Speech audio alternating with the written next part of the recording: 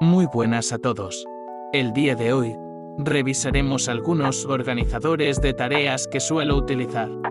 Número 1. Lista de tareas, recordatorios. En esta aplicación podremos organizar y ordenar las tareas con mucha facilidad. Como se puede observar, tiene una interfaz muy simple. En mi caso tengo algunas tareas pendientes. Incluso puedes tener tus tareas en la pantalla principal de tu móvil. Número 2. Google Tasks. La interfaz de esta aplicación es similar a la anterior con la diferencia de que se encuentra enlazada con tu cuenta de Google. También cuenta con widgets para tenerlo en la pantalla de inicio. Y número 3. Agenda escolar. Su interfaz es compleja y a su vez completa teniendo atributos que se diferencian de las aplicaciones antes mencionadas.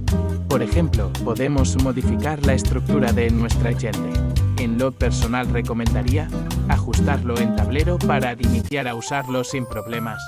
Además, en la app podemos escribir nuestras calificaciones, horarios, las materias que tenemos y los datos del personal docente, siendo un atributo que resulta atractivo para organizar las tareas. Bueno, esto ha sido todo. Comenta si te ha gustado el vídeo y no olvides dar a like. Además, menciona algún otro organizador que utilices para apoyar esta comunidad. Muchas gracias por ver este vídeo y feliz regreso a clases.